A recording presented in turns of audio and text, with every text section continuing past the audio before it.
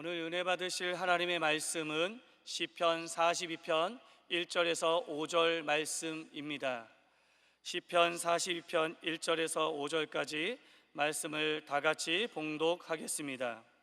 하나님이여, 사슴이 시냇물을 찾기에 갈급함같이 내 영혼이 주를 찾기에 갈급하니이다. 내 영혼이 하나님 곧 살아계시는 하나님을 갈망하나니 내가 어느 때에 나아가서 하나님의 얼굴을 배울까? 사람들이 종일 내게 하는 말이 내 하나님이 어디 있느뇨 하오니 내 눈물이 주야로 내 음식이 되었도다. 내가 전에 성의를 지키는 무리와 동행하여 기쁨과 감사의 소리를 내며 그들을 하나님의 집으로 인도하였더니 이제 이 일을 기억하고 내 마음이 상하는도다. 내 영혼아, 내가 어찌하여 낙심하며 어찌하여 내 속에서 불안해하는가? 너는 하나님께 소망을 두라. 그가 나타나 도우심으로 말미암아 내가 여전히 찬송하리로다. 아멘. 할렐루야. 우리 에베네셀 찬양대의 은혜로운 찬양에 감사드립니다. 하나님께 영광 올려드리고요, 우리 에베네셀 찬양대 박수로 격려하겠습니다. 할렐루야. 예수님 안에서 오늘도 참으로 좋은 날입니다. 우리 가슴에 손 얹고 같이 한번 고백할까요? 예수님 때문에 행복합니다. 예수님 때문에 행복합니다. 예수님 때문에 소망이 넘쳐납니다. 아멘. 그렇습니다. 세상에 여러 가지 소란스러운 소식이 많이 들리고 어려운 일들이 참 많지만 우리 하나님께서 우리와 함께 하시기 때문에 참으로 예수님 안에서 행복하고 예수님 안에서 소망이 넘치는 줄 믿습니다. 하나님께서 우리를 부르셨습니다. 우리가 하나님의 상의 음성 듣고 이 자리에 모인 줄 믿습니다. 행여 무거운 짐을 갖고 어려운 문제를 갖고 나왔다 할지라도 오늘 말씀 듣고 기도할 때, 예배할 때 세상이 줄 수 없는, 삶이 줄 수 없는 하나님의 큰 은혜와 소망의 역사로 충만케 하실 줄로 믿습니다. 저는 오늘 본문 말씀 시편 42편 1절로 5절 말씀을 가지고요, 같이 한번 따라서 하실까요? 너는 하나님께 소망을 두라. 너는 하나님께 소망을 두라. 이 제목으로 같이 은혜를 나누고자 합니다. 사람이 살아갈 때에, 사람이 사는 동안 무엇이 필요할까요? 많은 것이 필요할 것입니다. 사람이 사는 것이 결코 여러분 단순하지 않습니다. 그런데 필수적으로 정말 필요한 것이 있습니다. 무엇이 있을까요? 뭐가 필요하겠습니까? 제일 기본적으로는 뭐니 해도 먹을 음식이 필요합니다. 먹을 것이 없으면 생존할 수 없습니다. 아무리 은혜 충만하고 성령 충만해도요, 굶으면 답이 안 나옵니다. 금식하지 않는 한, 금식하지 않고 그냥 굶으면요, 아무리 믿음이 좋아도 사람이 바뀌는 겁니다. 그런가 하면 음식만 필요한 게 아니죠. 입을 옷도 필요합니다. 그렇죠? 옷을 입어야죠. 또 그런가 하면 우리가 휴식하고 또 잠을 잘 수 있는 집도 필요합니다. 그야말로 가장 기본적으로 필요한 것은 의식주 문제일 것입니다.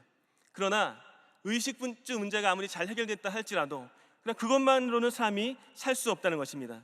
진정한 의미에서 삶을 살아가게 하는 힘은, 그것은 바로 한마디로 얘기한다면 소망입니다. 소망이 있어야 살 수가 있습니다. 오늘 우리 찬양대가 내 맘의 주여 소망 주소서 했는데요, 기도 많이 하신 것 같아요.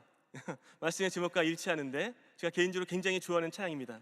그렇습니다. 환경이 아무리 좋고 많은 것을 갖추었다 할지라도 소망이 없이는 살 수가 없는 것입니다. 이 점을 가장 극명하게 잘 드러내고 또 연구한 분이 계십니다. 바로 오스트리아 심리학자이자 또한 신경과 의사인 빅터 프랭클 박사님이십니다. 이 프랭클 박사님은요, 이 제2차 세계대전 당시에 아우슈비츠를 비롯해서 나치 강제 수용소에 3년 이상을 갇힌 그런 수감 생활을 해왔습니다.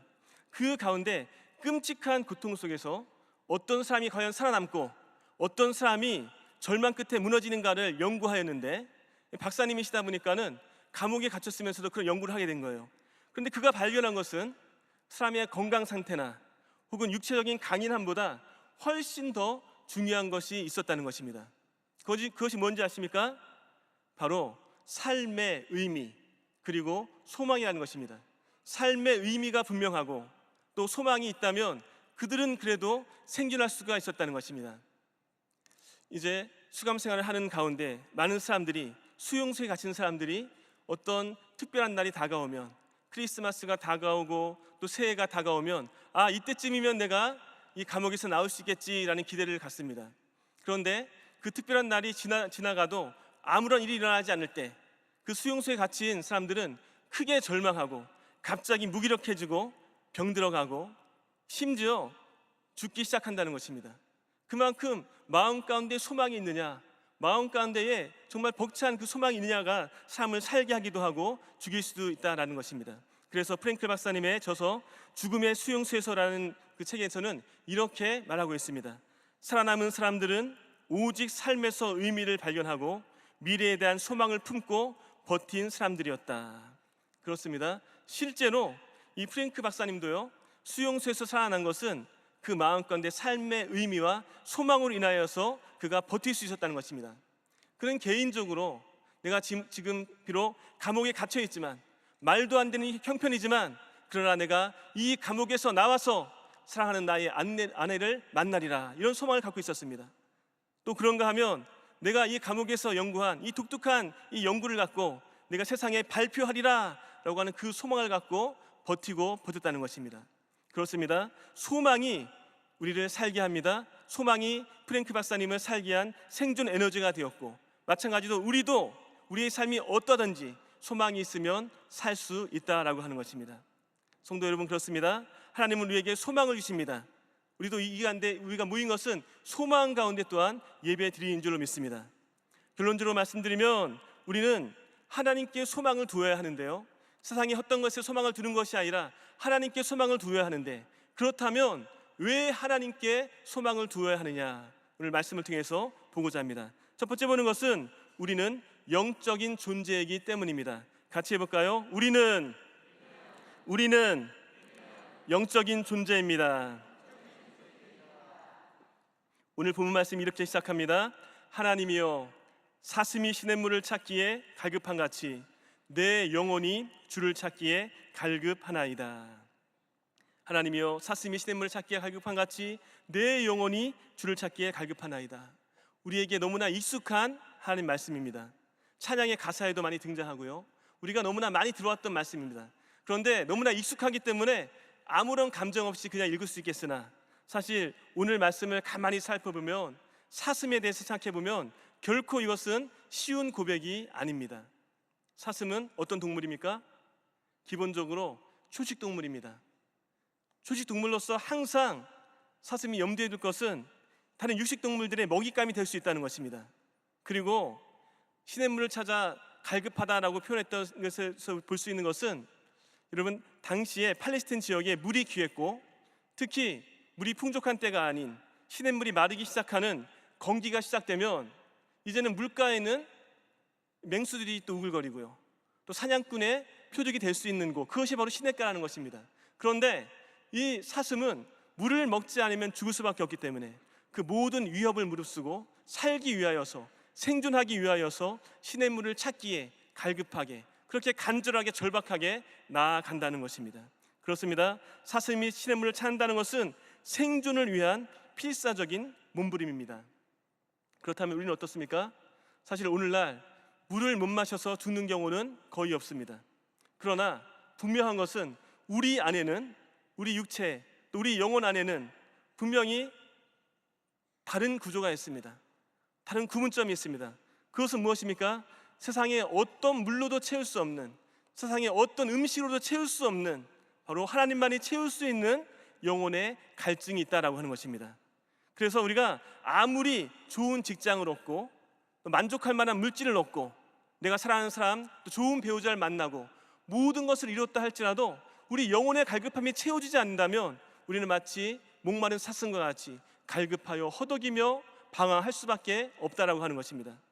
우리 주위에 많은 사람들이 정말 성공하고 남들은 모든 것을 누리는 삶을 보면서 많은 사람들의 부러움을 사지만, 사실은 영혼의 갈급함이, 영혼의 하나님이 주신 그 공간이 채워지지 않아서 오히려 더 공허하게 말하는 것을 우리가 듣게 됩니다. 그러므로 우리 영혼의 갈급함, 우리 영혼의 빈 공간은 바로 하나님께서 주신 특별한 공간이고, 우리 마음 가운데, 우리 영혼의 빈 공간 가운데 우리 하나님께서만 채우실 수 있는 그 은혜가 있다는 것입니다. 그러므로 우리가 다시 한번 기억할 것은 우리 영적인 빈 공간에 참된 만족, 참된 평안, 진정한 기쁨을 누릴 수 있는 그 은혜는 바로 하나님께로부터만 허락되는 것을 기억하면서 하나님의 영으로 성령으로 충만할 수 있기를 예수 그리스도로 축원드립니다. 요한복음 4장 말씀에서 보니까 예수님께서 사마리아 여인에게 이렇게 말씀하셨습니다. 같이 한번 봉독합니다. 예수께서 대답하여 이르시되 이 물을 마시는 자마다 다시 목마르려니와 내가 주는 물을 마시는 자는 영원히 목마르지 아니하리니 내가 주는 물은 그 속에서 영생하도록 솟아나는 샘물이 되리라. 아멘. 그렇습니다. 이 세상 그 어떤 것도 채울 수 없는 우리 영혼의 갈급한, 오직 하나님께서만 채우심을 기억하면서 하나님께 소망을 두며 하나님께 나아가는 우리 모두 될 수 있기를 예수 그리스도로 축원드립니다. 둘째로 왜 우리가 하나님께 소망을 두어야 합니까? 두 번째 보는 것은 우리는 이웃과 더불어 사는 존재이기 때문입니다. 같이 해볼까요? 우리는 이웃과 더불어 사는 존재입니다. 그렇습니다. 우리가 이 땅을 사는 동안 결코 홀로 살 수 없습니다. 독불장군은 없습니다. 다 누군가에 의해서, 누군가의 도움과 또 누군가의 사랑과 헌신을 통해서 이때까지 우리가 살아온 것이고 또 앞으로도 그렇게 될 것입니다. 우리가 함께 살아간다는 것은 엄청난 은혜입니다. 함께 있는 가족이 있기 때문에, 혹은 이웃과 또 교회 공동체가 있기 때문에, 우리의 지인들이 있기 때문에 서로 지지하고 격려하고 사랑하고 또 서로가 하나님의 은혜를 누리게 되는 것입니다. 그런데 문제는 이렇게 은혜롭고 감사한 우리의 이웃과 우리의 지인과 우리의 주위에 있는 많은 사람들이 때로는 우리를 굉장히 아프고 힘들게 할 때가 있다는 것입니다. 오늘날 사회가 굉장히 복잡합니다. 오늘날 사회가 결코 만만치 않습니다. 여러분, 피로사회라는 책 아시나요? 요즘 사회를 일컬어서 피로사회라는 말을 많이 하는데, 한병철 교수님의 책 피로사회라는 책이 있습니다. 그 책의 내용이 굉장히 좀 어렵기도 하고 철학자이시기 때문에 어려운 말을 많이 썼지만 아주 간단히 소개해드리면 이런 겁니다. 과거에는 규율사회였습니다. 그래서 이것 해라, 이것 하지 마라, 이것을 우리가 많이 들어왔고요. 그렇게 규범사회에서 해야 되는 것과 하지 말아야 될 것이 명확했기 때문에 여러분 질서가 있었고 질서 정연하게 살 수 있었습니다. 그런데요, 현대사회는 그렇지 않다는 거죠. 현대사회는 규율사회가 아니라 성과사회로 바뀌었다는 것입니다. 성과사회는요, 해라 하지 마라, 하라 하지 마라 이렇게 말하지 않습니다. 알아서 하라는 겁니다. 여러분, 알아서 하라 어떻게 들리십니까? 저는요, 아내한테 가끔 말을 듣는데 알아서 하세요 그럽니다. 굉장히 무섭습니다. 뭐 해주세요 하면 좋은데 알아서 하세요 하면 굉장히 무섭더라고요. 알아서 하라는 것이 참 자유로운 것 같지만, 그러나 알아서 하라는 그 속에는 무엇인가 성과를 내라는 것입니다. 그래서 현대사회가 참 자유롭고 참 너무나 평온한 것 같지만 성과를 내야 되기 때문에 사람들을 굉장히 피곤하게 하고, 현대인들이 그래서 우울증에 시달리고 탈진을 경험하게 되기도 하고 주의력 결핍과 여러 가지 어려움을 겪고 있다라고 그렇게 지적하고 있는 것입니다. 피로사회, 그 제목 속에서도 우리는 충분히 공감할 수가 있습니다. 실제로 현대인들의 삶을 가만히 보면 저를 포함해서 많은 사람들이 너무나 복잡한 삶 속에서 많은 사람들과 마치 경쟁하듯이, 누가 이야기하지 않아도 주위 사람들 보면서 나는 어떠한가라고 하면서 비교하면서 압박을 느끼기도 하고요. 생존 경쟁 속에서 정말 괜찮은가라고 하는 불안감을 많이 느낍니다. 자녀를 키우면서도 정말 내가 잘하고 있는 것인가, 이웃집 누구누구는 이렇게 교육하고 있는데 내가 이렇게 해서 될 것인가 라는 그러한 어려움을 겪고 있다고 하는 학부모님들의 말을 많이 듣게 되고요. 또 SNS를 보면서 이분은 이렇게 열심히 또 재미있게 풍요롭게 살아가는구나 라는 보면서 상대적으로 나는 왜 이렇지 못할까라고 하는 상대적인 박탈감을 느끼기도 하고, 여러 가지 어려운 감정들이 우리에게 엄습하는 것, 이것이 현대 사회가 아닌가 싶습니다. 이러할 때에 나는 그래도 괜찮은 사람이다, 나는 그래도 존귀한 사람이다 라고 여기고 싶은데 그런 마음이 들 때가 여러분 항상 있는 것이 아니고 어렵고 힘든 마음이 몰려올 때가 많다는 것입니다. 오늘 본문 말씀을 가만히 읽어보면 시편 저자의 마음이 상한 그 가장 큰 이유가 무엇입니까? 오늘 3절 말씀에 이렇게 말씀합니다. 사람들이 종일 내게 하는 말이 내 하나님이 어디 있느냐 하오니 내 눈물이 주야로 내 음식이 되었도다.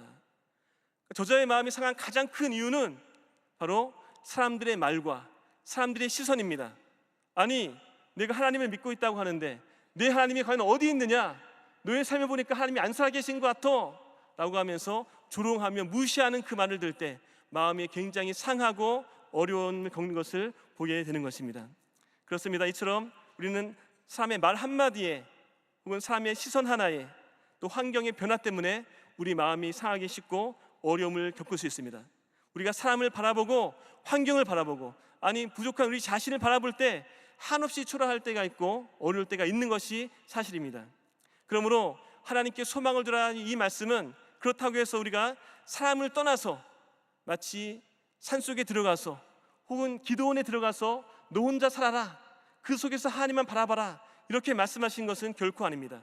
우리가 이웃과 함께 더불어 살아가지만 우리에게 들려지는 많은 세상의 소음들이 있지만 그 많은 이야기 속에서 오히려 거기에 마음 두지 말고 오히려 하나님께 소망을 두고 그 소망을 견고히 하여서 하나님의 사랑의 음성을 듣고 힘을 내라고 우리에게 격려하시는 하나님의 음성인 줄로 믿습니다. 실제로 하나님께서 우리에게 말씀하십니다. 너는 내 것이라 말씀하십니다. 시편 43편 1절 말씀 같이 한번 봉독합니다. 야곱아, 너를 창조하신 야훼께서 지금 말씀하시느니라. 이스라엘아, 너를 지으신 이가 말씀하시느니라. 너는 두려워하지 말라. 내가 너를 구속하였고 내가 너를 지명하여 불렀나니 너는 내 것이라. 또 베드로전서 2장 9절 말씀 봉독합니다. 그러나 너는 택하신 족속이요 왕같은 제사장들이요 거룩한 나라요 그의 소유가 된 백성이니 이는 너희를 어두운 데서 불러내어 그의 기이한 빛에 들어가 계신 이의 아름다운 덕을 선포하게 하려 하심이라. 아멘. 그렇습니다. 하나님께서 저와 여러분들을 너는 내 것이라 부르셨습니다. 이사야 말씀을 감안해 보면 이사야가 하나님 말씀을 들을 때에 그 상황과 모든 환경이 좋아서 또 행복해서 그런 가운데 주신 말씀이 아닙니다. 이스라엘 백성들이 포로로 끌려가지만 환경은 온통 어둡지만 또 베드로전서 말씀도 초대교회가 많은 핍박과 어려움을 당했지만 순교를 각오하는 믿음 가운데 나갔지만 그러나 그럼에도 불구하고 하나님께서 너는 내 것이라고 택하신 족속이라고 왕같은 제사장이라고 거룩한 나라요 하나님의 소유된 백성이라고 격려하시면서 우리에게 말씀하여 주신 줄로 믿습니다. 그러므로 하나님의 상의 음성을 들을 때에 우리의 불안이 잠재워지고 세상 환경이 아니라 하나님의 시선에 우리의 시선을 고정할 때에 우리의 마음 가운데 주의 평강 은혜가 넘쳐할 줄로 믿습니다. 실제로 왜 우리가 하나님께 소망을 두어야 합니까? 그 이유는 바로 신실하신 하나님의 도우심 때문입니다. 같이 해볼까요? 신실하신 하나님의 도우심 때문입니다. 그렇습니다. 신실하신 하나님께서 우리를 도우시기 때문에 우리에게 소망이 있고 우리가 하나님께 소망을 두어야 합니다. 우리가 하나님의 이름을 부를 때 하나님의 수많은 이름 가운데 가장 또 귀한 이름은 바로 우리 하나님은 소망의 하나님이라는 것입니다. 로마서 15장 13절 말씀 같이 봉독합니다. 소망의 하나님이 모든 기쁨과 평강을 믿음 안에서 너희에게 충만하게 하사 성령의 능력으로 소망이 넘치게 하시기를 원하노라. 아멘. 그렇습니다. 사도 바울 또한 심한 핍박 속에서 또 감옥 속에서 우리가 보기에는 도대체 희망이 없어 보이지만 소망이 없어 보이지만 하나님의 이름을 부를 때 소망의 하나님이라고 부르는 것을 우리가 기억합니다. 그러므로 하나님께서 소망의 하나님이 확실하다면 그 이름을 부르는 저와 여러분들은 소망의 자녀 된 줄로 믿습니다. 또한 오늘 시편 기자가 결론적으로 깊은 낙심과 불안 가운데서 결국 이렇게 결론 짓습니다. 너는 하나님께 소망을 두라. 그가 나타나 도우심으로 말미암아 내가 여전히 찬송하리로다. 사실 시편 기자는요 갈급한 심령으로 하나님을 배우고자 하는 그 갈망 속에서 시작했습니다. 오늘 2절 말씀 보니까 내 영혼이 하나님 곧 살아계시는 하나님을 갈망하나니 내가 어느 때에 나아가서 하나님의 얼굴을 배울까라고 하면서 하나님의 얼굴을 구하는 하나님의 임재를 사모하는 고백을 합니다. 그런데 결론은 무엇입니까? 그가 나타나 도우시로 말미암아 내가 여전히 찬양하리로다, 내가 여전히 찬송하리로다라고 결론 짓는 것을 보게 됩니다. 그렇습니다. 하나님의 얼굴을 구하는 것, 하나님의 임재를 사모하며 하나님의 이름을 우리가 구하며 나갈 때 마침내 하나님께서 나타나 우리를 도우심으로 합력하여 선을 이루실 줄로 믿습니다. 문제가 있고 어려움이 있어도 막연히 잘 될 거야가 아닙니다. 막연히 좋아질 거야 이것이 아니라 하나님의 도우심을 구하며 하나님의 얼굴을 구하며 하나님의 임재를 사모할 때 마침내 소망이 하나님께서 나타나 우리를 도우실 줄로 믿습니다. 그러므로 이 도움은 실제적인 것입니다. 이 도움은 우리 삶 가운데 현실로 나타나는 것입니다.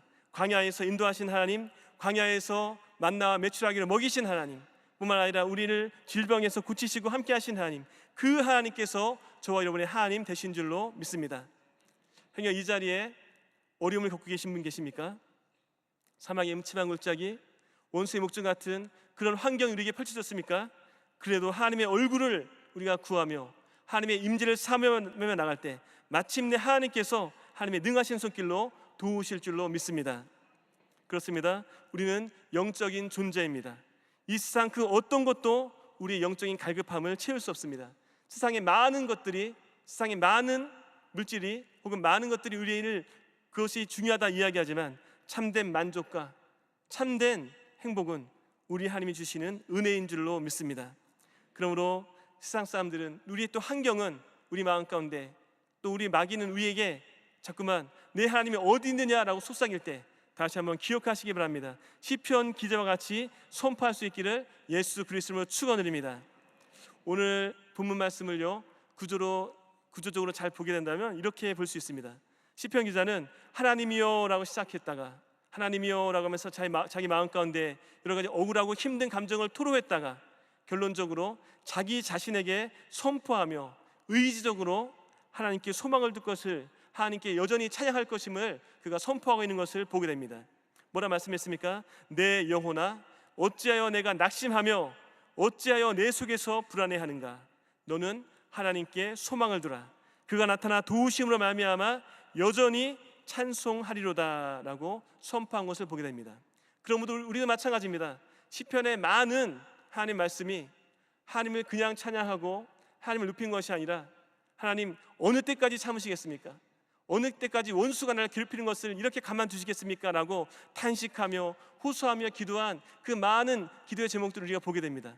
마찬가지로 우리가 하나님 앞에 기도할 때에 우리의 억울함, 우리의 마음에 여러 가지 어렵고 힘든 것을 낱낱이 아뢰지만 결론적으로 하나님을 찬양하면서 또 오늘 본문의 시편 기자처럼 우리의 마음 가운데 우리 자신에게 선포하면서 소망을 품을 수 있기를 예수 그리스도로 축원드립니다. 우리도 한번 우리 자신에게 한번 명령해 볼까요? 내 영혼아 라고 했는데요, 우리 이름을 넣어서, 저는 신의규니까요, 의규야 라고 하겠습니다. 의규야 내가 어찌하여 낙심하며, 이렇게 하겠습니다. 우리 본문을 다시 한번 띄워주시고, 내 영혼아 라고 했을 때 의규야 라고, 또 우리 여러분의 이름을 넣으시면 되겠습니다. 시작. 의규야 내가 어찌하여 낙심하며 어찌하여 내 속에서 불안해하는가? 너는 하나님께 소망을 두라.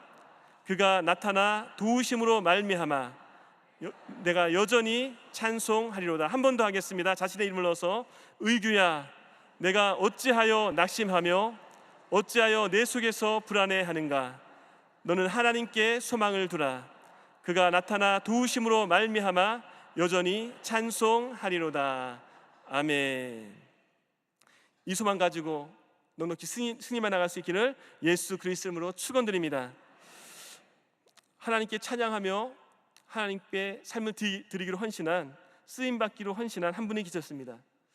이분은 목소리가 굉장히 약해가지고, 목이 너무 약해가지고 힘들었는데, 그럼에도 불구하고 연세대 성악과에 들어가서 열심히 목소리를 또 가다듬었고, 그런 가운데 이제 4학년 때는 하나님 제가 정말로 하나님께 헌신하겠습니다라는 기도를 하게 됩니다.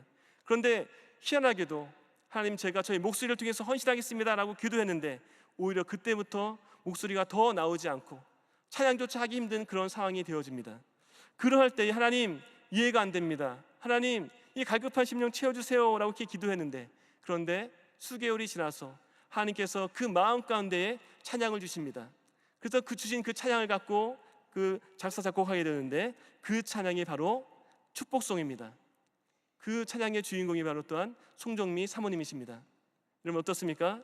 어찌 보면 우리가 하나님을 사랑하고 하나님을 사랑한다고 고백하고 믿음으로 나아가지만, 그런 고백 가운데 나가지만 우리의 삶의 환경이 더 어려울 때가 있고 힘들 때가 있고 또 사람들의 시선이, 사람들의 소리가 우리를 주눅들게 할 때가 있습니다. 그럼에도 우리가 기억할 것은 하나님께서 우리를 존귀 여기시며 축복송의 가사와 같이 때로는 우리 앞에 어려움과 아픔이 있지만 하나님께서 우리를 사랑하시고 우리를 하나님의 귀한 자녀라고, 택하신 족속이라고, 왕같은 세상이라고 우리를 격려하시는 줄로 믿습니다. 그러므로 마침내 우리의 영혼을 통해서 영광 받으실 하나님을 기억하면서 담대히 나갈 수 있기를 예수 그리스도로 축원드립니다. 이 찬양 우리 같이 한번 해볼까요? G 메이저인데요. 할 수 있을까요? 네, 같이 한번 해보겠습니다. 가사를 기억하면서 같이 한번 찬양하겠습니다. 때로는 너희 앞에,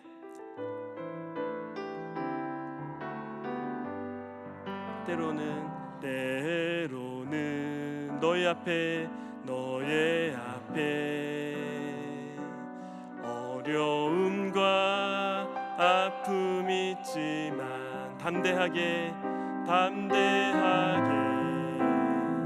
주를 바라보는 너의 영혼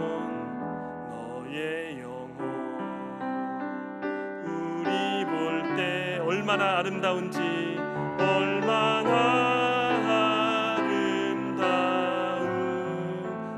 가슴에 손을 얹고 너의 영혼 통해 큰 영광 받으실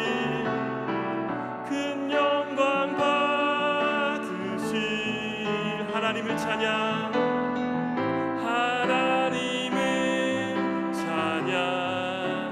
오 할렐루야. 너는 택한 족속이요, 너는 택한 족속이요, 왕같은 제사장이며 왕같은 제사장이며 거룩한 나라, 하나님의 소유된 백성. 너의 영혼 우리 볼 때, 너의 영혼 우리 볼 때 얼마나 사랑스러운지, 얼마나 사랑스러운지. 너의 영혼 통해 큰 영광 받으신, 큰 영광 받으신 하나님을 찬양,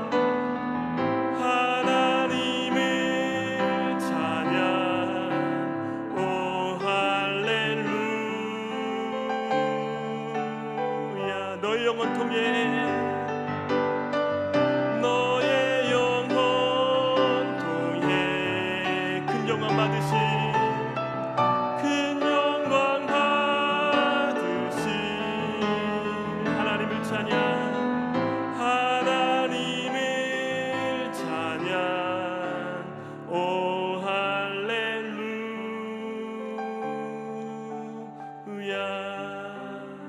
이 시간 몸이 아프신 분 계시면 아픈 데 손 얹고 기도하겠습니다. 문제와 마음의 손을 있으면 믿음으로 가슴에 손 얹고 기도하겠습니다. 좋으신 아버지 하나님, 우리 하나님께서 우리를 사랑하셔서 너는 내 것이야 부르시고 하나님의 은혜, 하나님의 소망을 품게 하시니 감사합니다. 주님, 이 시간 믿음으로 아버지 하나님의 자녀가 아픈 데 손 얹고 기도합니다. 우리 예수님께서 채찍에 맞으심으로 우리가 나음 얻었사오니 더 이상 우리가 질병을 짐지고 가지 않도록 이 시간 역사하여 주옵소서. 머리에서 발까지 우리 예수님의 흘리신 보혈의 피로 강건할지어다. 세포 기관 기관마다 정상 기능을 발휘할지어다. 두통 어지럼증 떠나갈지어다. 불면증 떠나갈지어다. 뇌혈관 질병이 치료될지어다.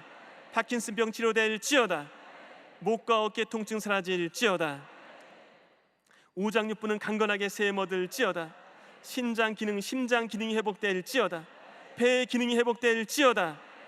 부인과 질병, 남성 질병도 깨끗하게 치유될지어다. 뼈 마디마디마다 보혈의 능력으로 바르셔서 아버지 하나님 강건하게 하여 주시고 허리의 통증, 고관절, 또 무릎과 발과 발목은 세워얻을지어다. 각종 염증, 종양, 암세포 떠나갈지어다. 모든 호르몬 수치도 정상이 될지어다. 희귀 난치병 치료될지어다. 아버지 하나님, 원인 모를 모든 질병이 떠나게 도와주시고 마음의 질병 떠나갈지어다. 우울증, 폐소공포증, 공황장애 비슷한 마음의 두려움을 주는 원수마귀야 하나님의 자녀와 상관없이 떠나갈지어다. 그리스도의 평강, 세상이 줄 수 없는 하나님의 놀라운 은혜의 마음이 우리 마음 가운데 충만히 임할지어다. 이 시간 문제가 있어 가슴에 서놓고 기도합니다. 주님, 우리의 가정을 불쌍히 여겨주옵소서. 온전한 가족 구원 이루어질지어다. 자녀의 앞길은 믿음으로 활짝 열릴지어다. 생업과 범사의 하나님의 큰 복이 임할지어다. 장막의 문제, 법률적인 문제가 해결될지어다. 아버지 감사합니다. 은혜 주셔서 우리가 바라고 원하고 꿈꾸는 것보다 넘치는 주의 풍성한 은혜를 부어 주옵소서. 어찌하든지 하나님의 영광을 위하여서 예수님만의 생명과 은혜와 축복의 소식, 소망의 소식이 넘쳐나게 도와 주옵소서. 하나님의 영광 위에서 꿈꾸고 바라보고 선포하는 제목마다 하나님의 놀라운 꿈과 은혜가 임할지어다. 축복합니다. 축복합니다. 우리 하나님께 성원받아 주옵소서. 예수 그리스도 이름으로 축복하며 기도드립니다. 아멘. 이제는 우리 주 예수 그리스도의 은혜와 아버지 하나님의 끝없는 사랑하심과 보혜사 성령님 내주 충만 교통 함께 하심이 하나님께 소망을 두고 믿음으로 정진하는 우리 사랑하는 성도님들 가정과 자녀와 생업과 모든 범사 위에 이제와 영원토록 함께 하시기를 간절히 축원하옵나이다. 아멘.